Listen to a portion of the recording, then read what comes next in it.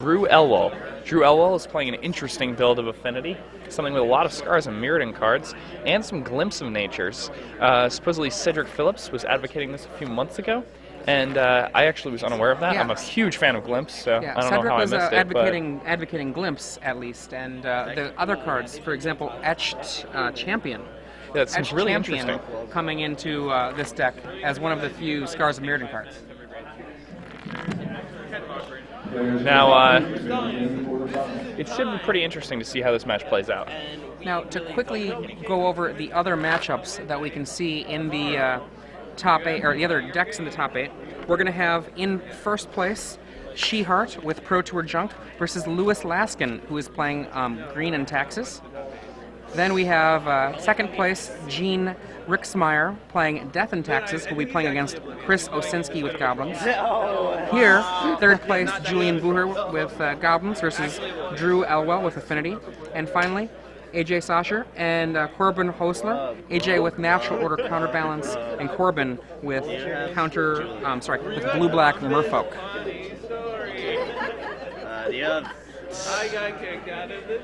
So, this should be a pretty interesting match. I'm excited to see how this Affinity deck plays out. Yeah, I am as well. Seems like it's got to be pretty awesome. Supposedly this person, Drew Elwell, is the only person to deliver a loss to Lewis Laskin throughout the Swiss. Wow, that's really cool, actually. Yeah.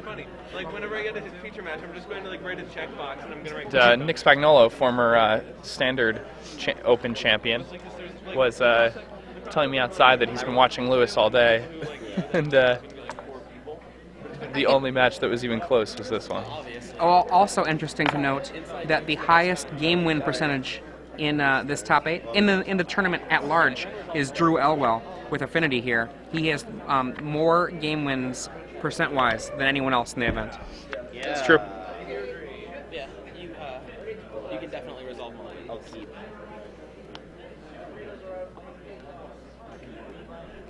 Okay, so we wait for the match to begin. They've been started on time, but we just have to wait for the first few moments when we get some action happening. Now, when it comes to these two decks, the Affinity deck in its sideboard has 3 engineered plagues. And so within a Goblin's opponent, that's actually a really potent weapon. It was probably more there for Merfolk, but it certainly isn't any kind of slouch against Goblins. The turn 1 Lackey is pretty scary. Well, you know, I think that turn 1 Lackey might normally be scary, but this deck can just put out so many creatures. Yeah, there we go. It's just got blockers. An Ornithopter. Arcbound Worker. I'm surprised he wants to go all in like that. And there's a Frogmite. I mean, it seems unusual to play the Ornithopter, especially there. I understand that he wanted to get the Frogmite to the table, get those extra 2 points, but I think somebody who's played a lot of Glimpse decks, you know, sometimes it's good to slow roll some of that. Of course, I've never played with this deck, so I'm not sure exactly how it plays. I think it's still an Affinity deck. It's still an Affinity deck that wants to attack.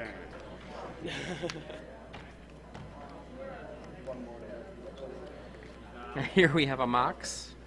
It's a pretty good card.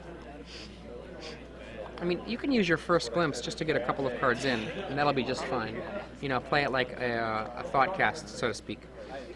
And after that, let's make sure what that Goblin Lackey does. After that, have any subsequent Glimpses be the really powerful ones, if you even need that.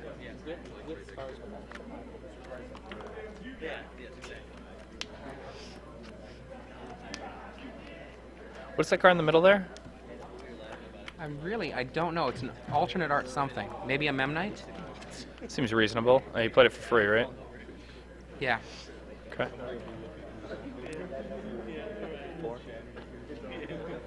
Julian's going to eat 4. And a go.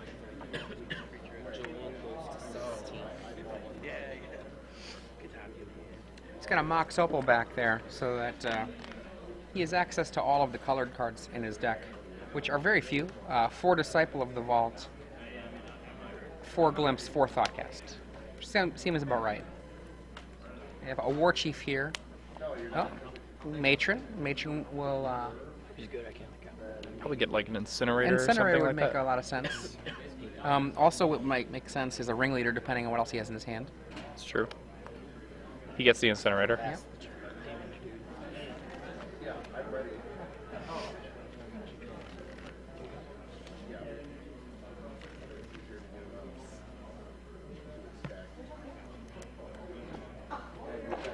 Now, in the last, I think, 4 Legacy tournaments that I've played in, I haven't played against goblins in any of them. It's actually been a long time since I've played against goblins. I always play against goblins. Yeah? Like every single round of every Legacy tournament I play, and I'm playing against goblins.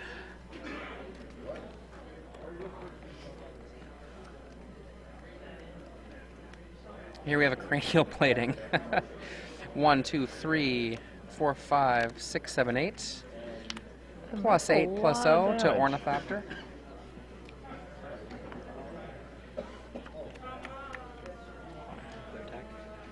Leaving back 2 blockers to stop a lackey.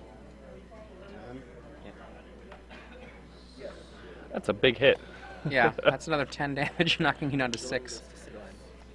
And if he can lay a Vault of Whispers, he'll be able to move that cranial plating as an instant on the next attack. I mean, Julian's in a bad spot here. I mean, he's going to need to use the incinerator on the Ornithopter, otherwise he's just lights. I mean, it looks to me like he's going to need to have an incinerator and then probably another incinerator on this turn, or get a reasonable creature into play and use the incinerator during combat, hoping that there's not a Vault of Whispers to make the plating dance around.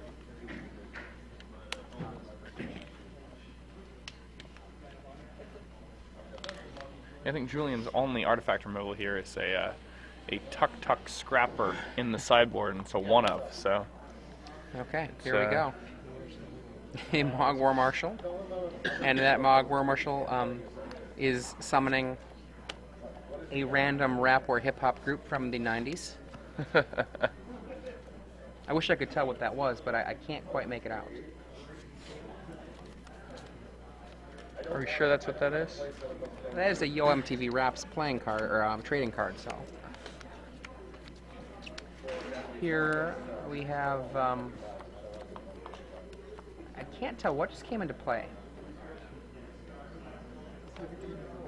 Oh, Rashad informs me that that is Heavy D and the Boys.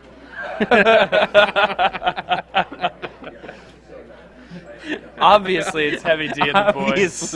Obviously. Jeez, how do we not see that one? It's actually pretty phenomenal.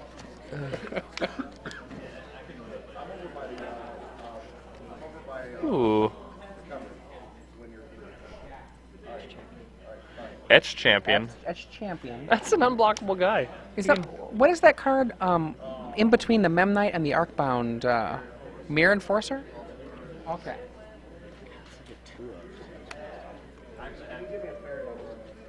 Wow, Etch Champion is just like with cranial plating?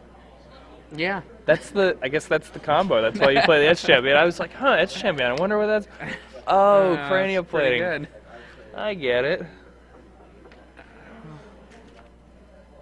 So, Julian is probably going to need to Pack either it kill in. every single artifact in play for the most part, and then win that way, or attack for the win. Neither of which seems too particularly. Yeah, Shatterstorm would be particularly good right here. Shatterstorm. Meltdown. Yeah. Meltdown would be okay. Well, Shatterstorm's Wouldn't better with mind that it. 7 to hit. Shatterstorm's better.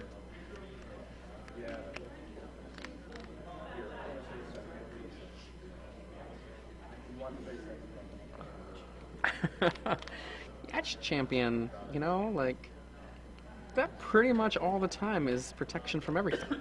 Yeah. That's exciting. I mean, protection from everything is pretty good. Usually you have to pay a lot of mana for that. You do. Okay. And in a surprise move, Drew Elwell scoops. Well, Julian scoops. Yes, I know. Again, this is Jacob Van Lunen here with Adrian Sullivan. We are in Kansas City at the Star City Games Open Series. We're covering the quarterfinals right now, a match between Drew Elwell and Julian Booher. Julian Booher is armed with a Goblins deck. He's down a game. And Drew Elwell is playing a very interesting affinity list. He has Etched Champion in his deck, and we just watched that with Protection from Everything take a game home with a cranial plating. That was pretty amazing. Also in this top 8 is a junk deck, 2 blank and taxes decks, 1 death and taxes, 1 green and taxes, a natural order counterbalance, a blue-black merfolk, and besides this Goblins deck, another Goblins deck.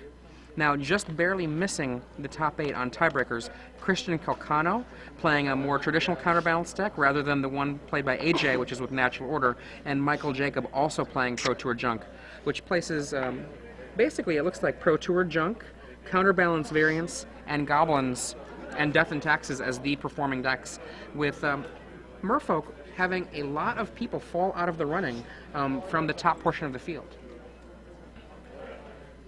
It's interesting. Merfolk usually has trouble with Zoo, and that wasn't anywhere near the top. Right. Goblins obviously very bad also. I wonder what it was that ended up knocking the Merfolk decks out of the running. If it happened to run into Goblins, if I know that Lewis Laskin was doing a lot of work on the one Merfolk player we watched with the Mothers of Runes.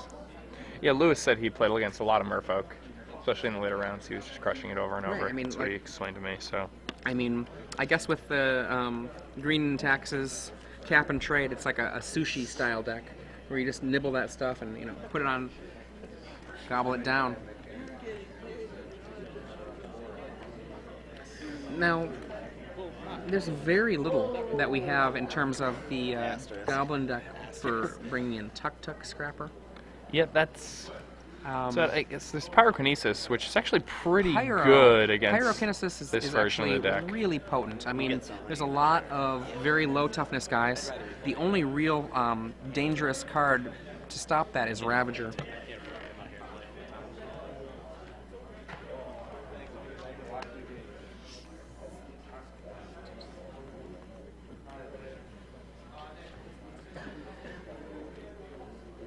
Drew is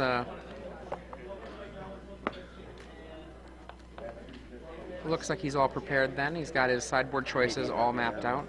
And it looks like maybe about 5 or 6 cards. And given what he has here, my bet on this is going to be 3 Engineered Plagues. And after those Engineered Plagues, maybe Ethersworn Canonist. Canonist actually a pretty good card against the draws that can be Matron into Ringleader that are powered up by Warchief. Yeah, I'm actually surprised to see the Canonist in there. I think the only ways he has to cast it are 3 Springleaf Drum and 3 Mox Opal, which seems a little strange to me. I feel like he could definitely cut those 2 Darksteel Citadels and play some Ancient Dens, get up to a solid 8 white sources. That's probably not unreasonable. I mean, one thing that's nice about Darksteel Citadel, though, is having a land that won't be wastelanded. Yeah, I mean, but considering the high density of wastelandable lands in your deck, I mean, I understand that Affinity can operate off 1 land, but I think actually having access to a sideboard card seems like a better thing to do than have an indestructible land. I mean, I'm a big fan of having a land that your opponent can't mess with, particularly when you're talking about opponents that might cast Pernicious Deed. Well, if your opponent casts Deed, you just lose, I think. I don't think this deck can actually... I've definitely seen Affinity beat Deed, not when they have Disciple in play either. It's something that you can definitely do. Huh. I mean, It's I not haven't. Good. It's not good for you. I haven't seen Affinity beat Deed.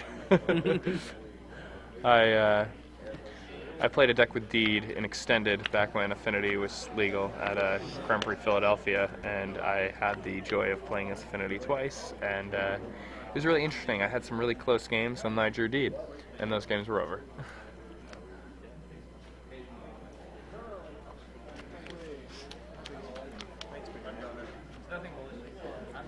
Okay, we're going to have to see what comes out the gate here for Julian, if he looks at his opening hand. Looks like Drew is sending his back. Drew Elwell wearing an Elitist Church shirt. Pretty awesome.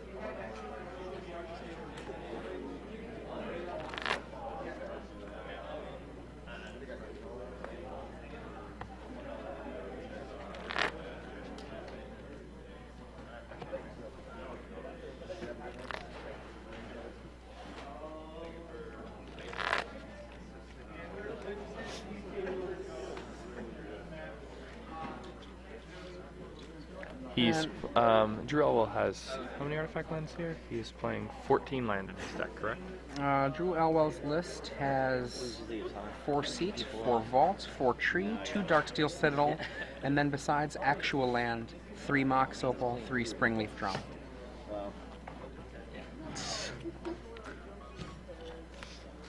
These legacy decks cheat on land so much. It scares me. Well, I mean, you have to remember that the average casting cost of the cards Deck is coming like out of his deck 0.6. is very, very low.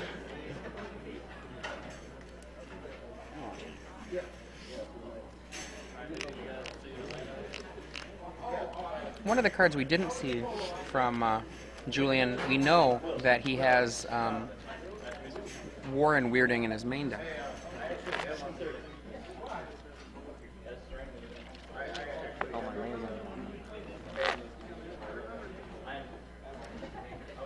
Something I've mastered over the years. These engineered plagues are going to be pretty brutal.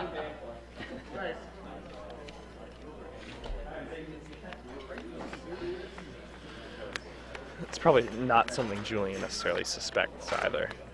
I mean, as a Goblin player, I don't think you necessarily think of Affinity as the type of deck that brings in the plagues. You're usually expecting that from like some rocky decks, you know, junky, funky, monkey. So just doing a quick recap on Drew Elwell's deck. His main deck, 2 Ornithopter, 4 Disciple of the Vault, 4 Arcbound Worker, 4 Frogmite, 4 Arcbound Ravager, 3 Mirror Enforcer, 4 Memnite, 2 Etched Champion, 1 Sword of the Meek, 1 Thopter Foundry, and then the mana I listed earlier, as well as 4 Glimpse of Nature and 4 Thoughtcast. Don't leave me.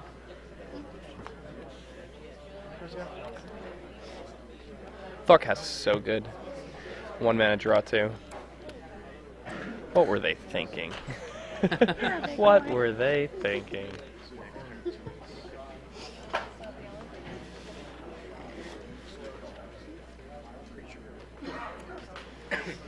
Now, unfortunately for the cheerleaders of Time Spiral, the High Tide Time Spiral deck landed just outside of top 8, losing the last round in order to try to play in.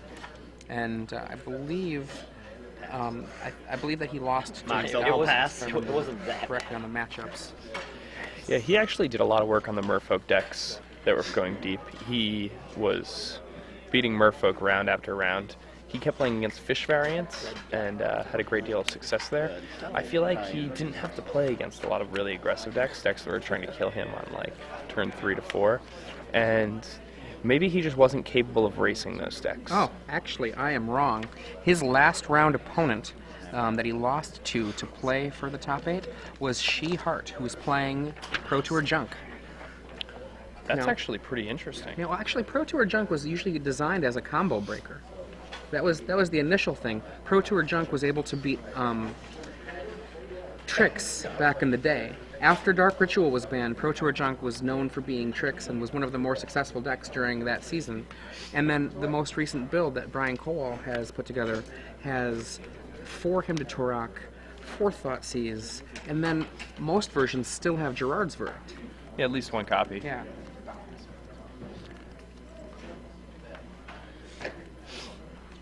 I've never really thought of Gerard's Verdict as an anti-combo card.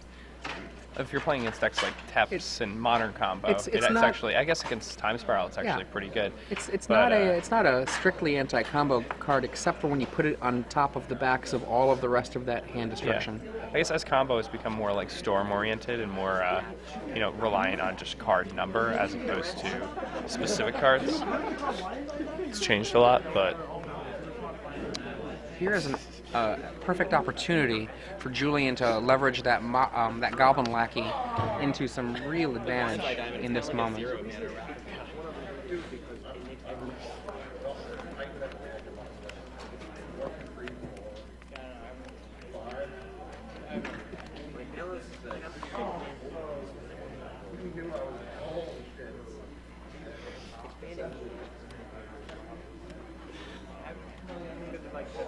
So there is not a second land in Julian's hand here.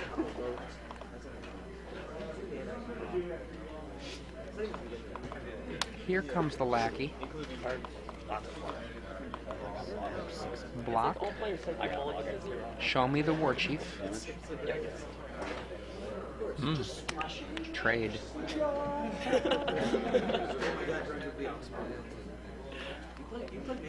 At this point, the vial can lay down a matron and search up any 2-drop, and then a 2-drop will pop down. Could be a pile driver, could be a lot of other things. I wouldn't be surprised if it was a ringleader. Matron up a ringleader, put another 2-drop from into play in the hand, and then bring up the vial the next turn to drop the ringleader right away. That's a worker.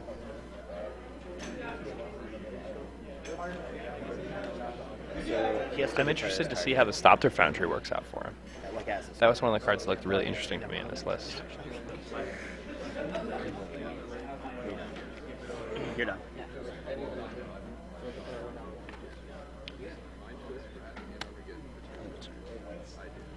Okay, here comes the matron. Let's see what a matron retrieves.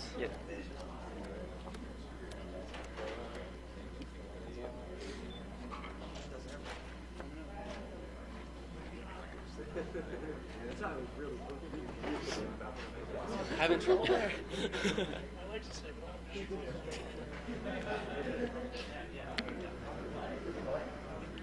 I actually would hardly even enjoy it was legal.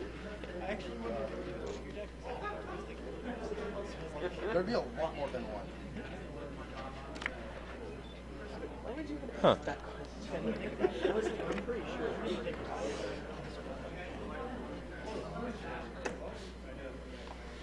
That's band survival, but you know, we'll have some format. It seems cool. No. Pile driver, which he puts into play immediately.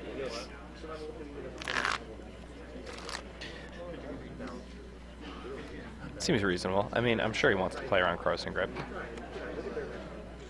It's also threatening a very fast clock, particularly if he happens to top deck a war chief. Or if he has a ringleader. I mean, if he has a ringleader, then So close. And there's the second land he's been looking for.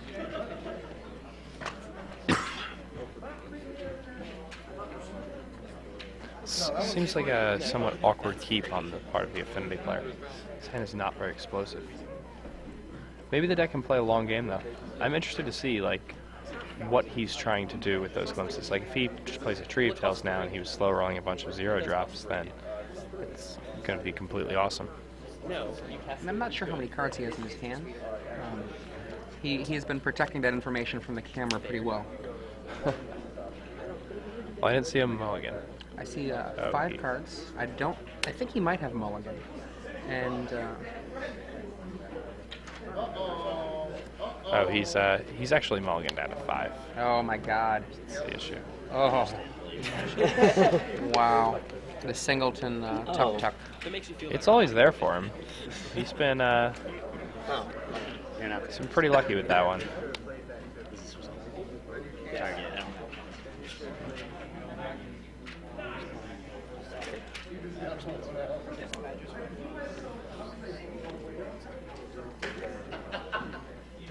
Have you seen Beta? You've seen Beta.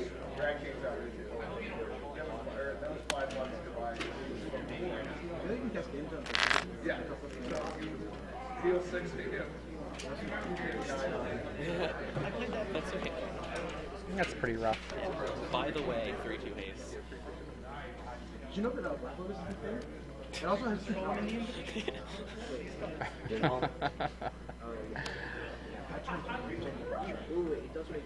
Julian is at 19. So the swing here And Drew is at 21. for is that 4? Tokens, 14. Yeah, I think I would be likely to block that matron. I mean, Because can you just trade with a Bile Driver? It's a 1/1. So you block that Oh, matron. he responded with the Incinerator. Okay. I was confused. Good. Oh, that token is nothing. That token in play is the remnants of the Arcbound Worker, I believe. Oh, he paid a mana and sacrificed the Thopter Foundry. Okay. Yeah, you're right. Okay. No, And that is. what happened? He did that before the Arcbound worker died, so I thought it had modular, but Julian Right. played correctly and did it in response. So What do so we have setting out there? 1-1. That part on That's is that a, cranial plating?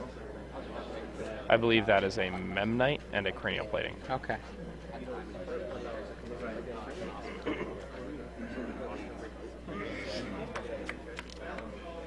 I think I would have The liked. token is blue. Okay. The I token, still think so I would have liked to have blocked You can't that block matron. Blocking the matron takes away 2 damage from the pile driver on the next turn.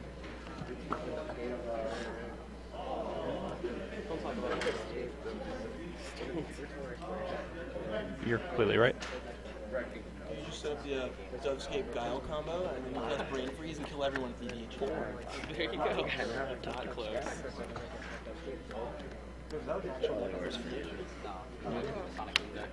And the ringleader.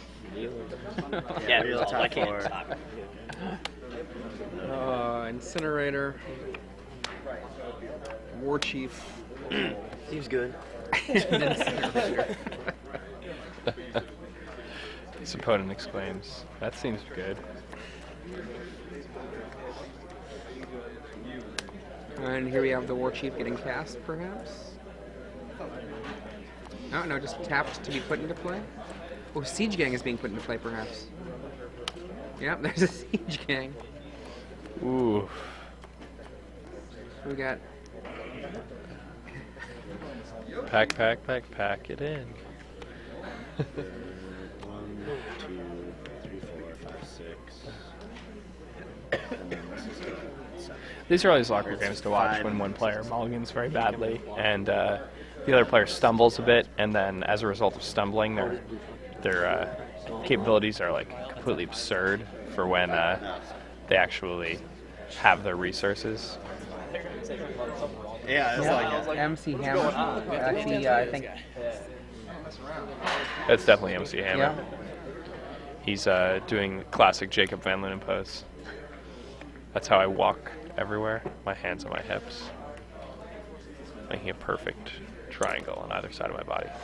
It's much better than every other way you could hold yourself. 3, 10. 7. That's got to be it. I mean, it's possible if he has zeros in his hand and a glimpse. Drew is at 7 lights. I see a bunch of 2 and 3 drops Yep. here. Well, we'll be 5. And now we're going to go on to the third game. These are 2 very linear decks, essentially. Now, they both have the ability to explode out with a just huge amount of I target only damage. had 2 Yeah. for a long time. And they both have the ability to kill very quickly. But I think that one of the things that's really interesting when it comes to this matchup after game 2 and 3 is that Julian has a lot more ways, I think, to interact with his opponent than Drew has to interact with him. Yeah, that seems like it's almost certainly the case. Remember that Julian's only piece of artifact removal is that Tuk-Tuk Scrapper, and I'm aware that he can matron it up, but once he uses it, that's it. I don't know it's bad that you got it that high, or that you didn't win. I mean, the other ways he can kill creatures are the fair ways Like Warren Incinerator. Weirding, Warren Incinerator, maybe. Siege Gang Commander. Yeah, Siege Gang. He does not have a sharpshooter in his list anywhere, so he can't go sharpshooting.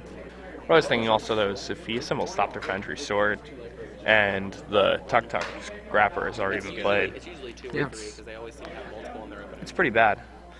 But in the same regard, Goblins seems to be explosive enough to overcome full activation of the Thopter Sword every single turn.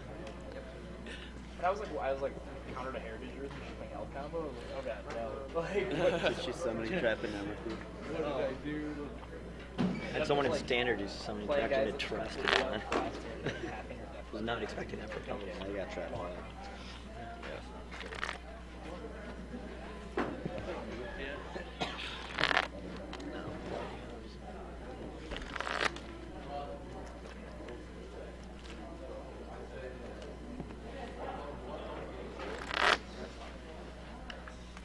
I think it actually might be worth considering, and I could be really wrong here. I'm just conjecture.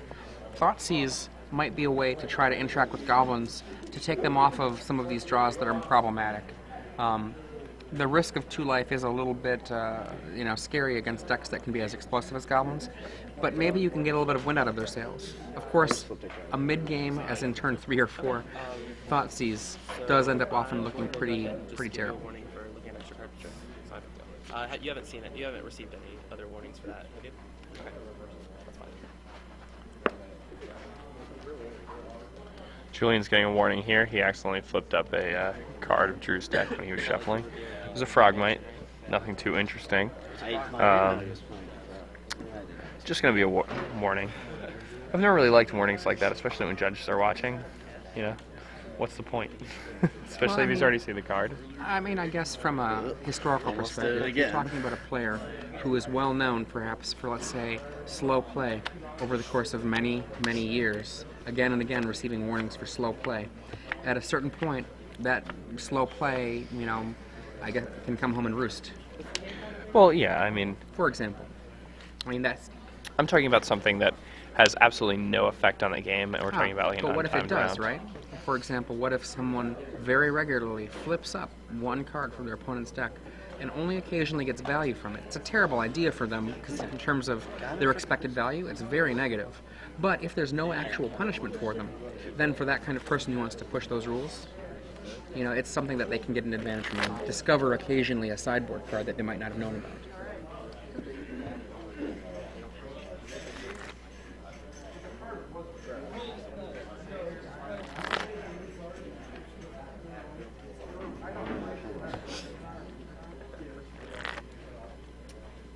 This is awkward. They keep ninja.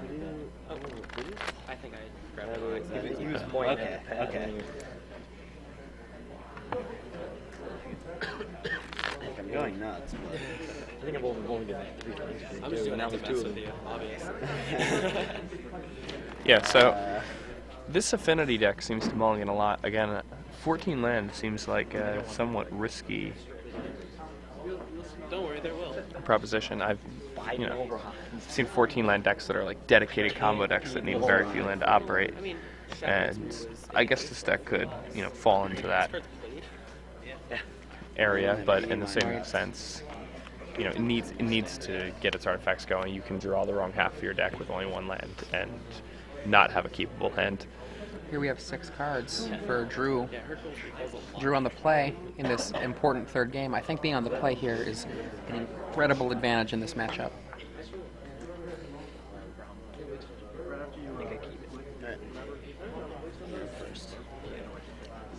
If there is still Glimpse in this deck, which I imagine there probably is, it would be exciting to see a turn 1 Glimpse. Ooh, there's the first half of what could start a turn 1 Glimpse. Well, I guess...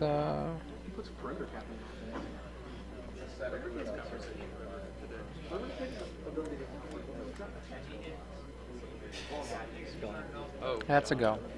He's got a glimpse. He must have a glimpse if he's going to pass there, because he's trying to. He's going to create a. You just slam Booher on him. Create a massive glimpsing turn. Well, here comes turn 2. Second artifact land. But I don't. Do you have another artifact land? Hopefully. I don't.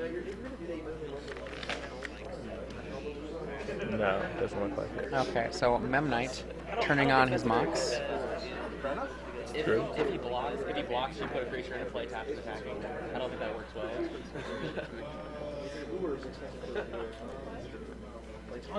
Here we go. What's he going to do now? Oh, untapping his Tree of Tales. When I was like Bertolini's age, so like 9 or 10, I was playing Trying to decide whether he should build up a combo. Simply go off there. I was a little bit indecisive. If he's planning on going off with Glimpse, and that's like his plan, then he probably should not have played the Memnite there, and he seemed to have played it, and then he was ready to drop that Ravager in his hand, and he just decided, oh, well, During upkeep, Julian, during Drew's upkeep, taps that land down and lets the Aether Vial build up as his own mana source. Springleaf Drum, perhaps? That'd be a very reasonable, good play. Arcbound Worker.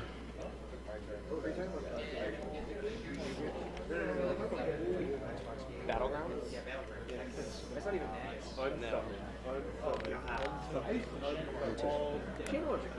Did he have the Springleaf Drum? I don't know. I couldn't quite tell.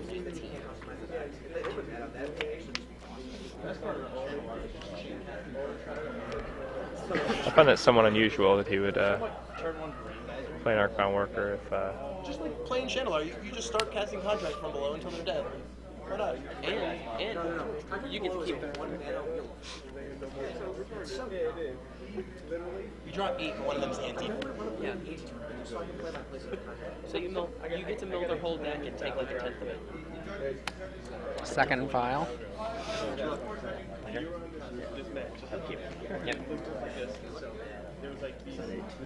And once again, a port going to be locking down that Tree of Tails. That's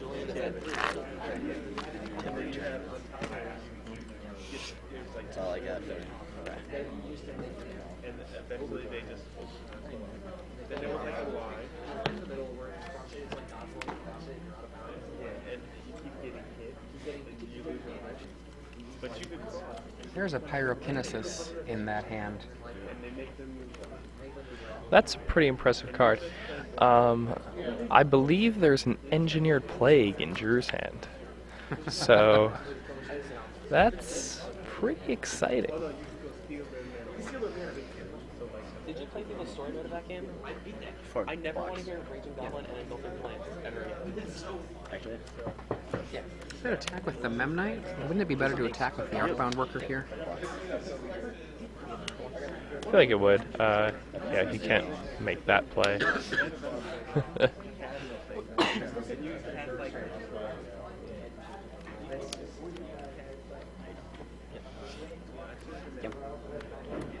And,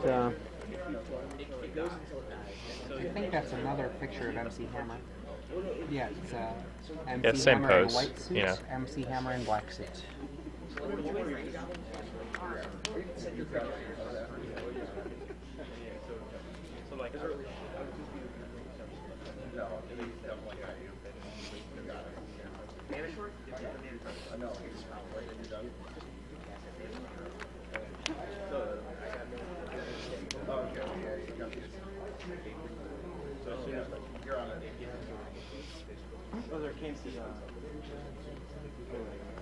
Now,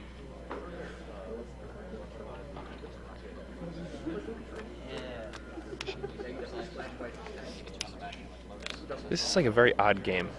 Yes, it is a It very, is, very odd game. I'm so confused by the line of plays from both players. No, well, not Julian. I'm less I mean, confused. There's nothing about Julian's line that and seems Julian confusing seems to me. completely reasonable. But I don't really understand. Drew's been very indecisive.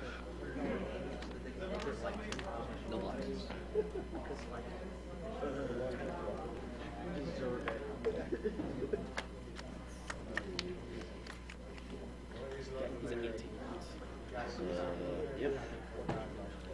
Drew goes to 18.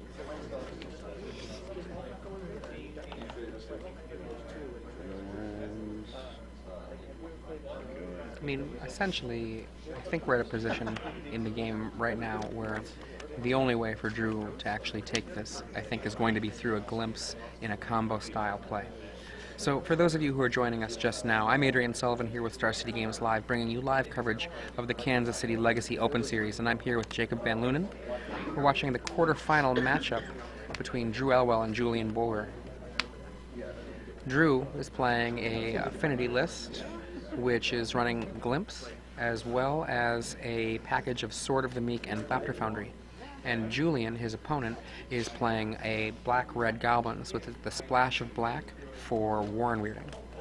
On the table are 2 MC Hammer tokens, which represent goblin tokens created by Goblin War Marshal.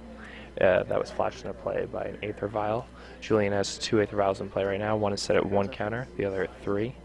Drew has been sandbagging a Glimpse of Nature. He also has an Engineered Plague in his hand. He's unable to play the Engineered Plague because Julian has been tapping down his Mox with the Rishon Port that he has. Okay, now a Thoughtseize, the Thoughtseize I was talking about earlier. So the Thoughtseize came in. This is interesting. Go ahead and take it. Now, Yeah. the Thoughtseize can take, I think, a couple of different cards here. Pyro is a really, really potent card. Yeah, that card is maybe older than one of our competitors. It's an old card from, I believe, 1993 or 4. Probably 1994, I'm guessing. And it can split 4 damage. It's a pitch spell in the same way Force of Will is. And I believe it's actually 1995. is it 1995? Yeah. You could be correct there. But then the other card of note to me is the War Chief, which can make the can make the Engineered Plague in his hand much less valuable. Oh, of course. I mean, giving everything +1/+1 is just so huge.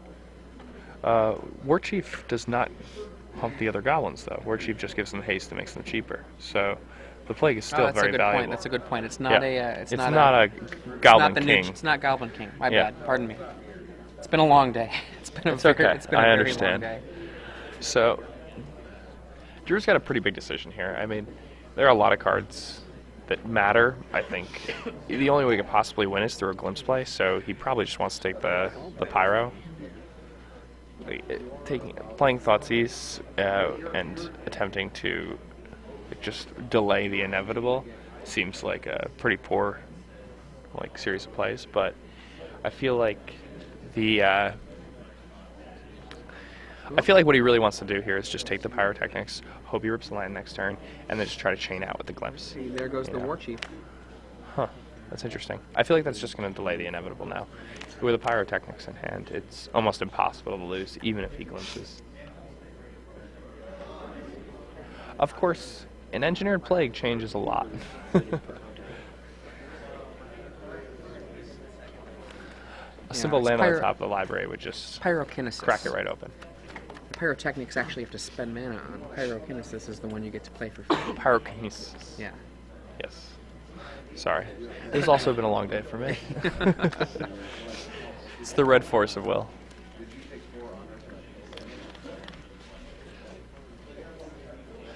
It was, I feel like Fire Blast was supposed to be the more balanced version of Pyrokinesis. That didn't really work out too well.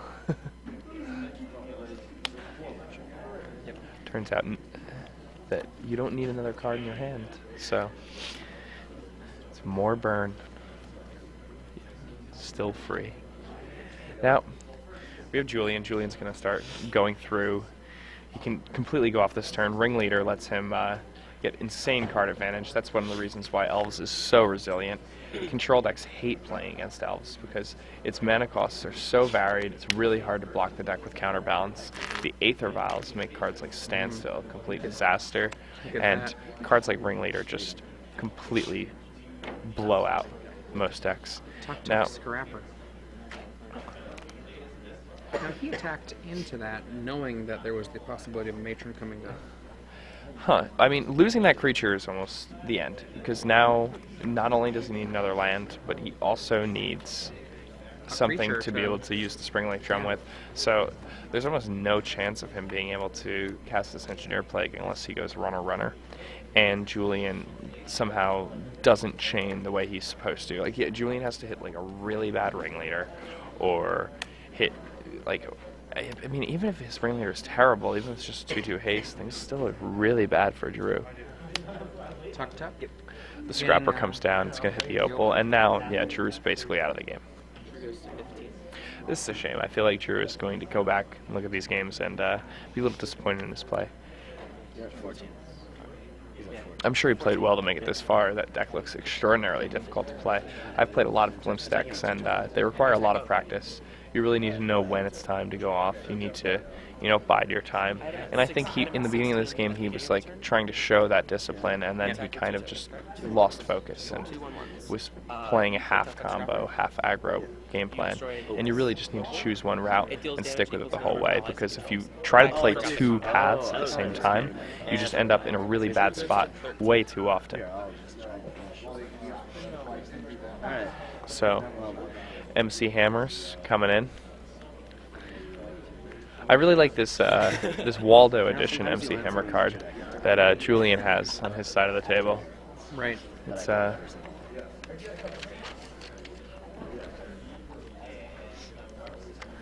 now Drew hasn't scooped yet, but this game looks like it's all but over at this point. These both still in the stack. Yep. So hopefully as soon as this match ends, we can bring you guys another match that's going on at the same time. We have AJ Soccer. He's playing a Progenitus deck.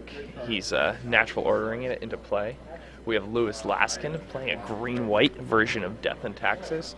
I really like this deck, but more than the deck, I've been really impressed with Lewis's play throughout the day. I've had multiple people come up to me and talk to me about how well Lewis has been playing, and that's really good to hear. The more I've been hearing Lewis talk, the more I've been impressed with his understanding of just game theory in general. So I'd like to see him do well. I think he definitely has a future, and he's clearly on the rise. So there we go. There's that Lackey combination with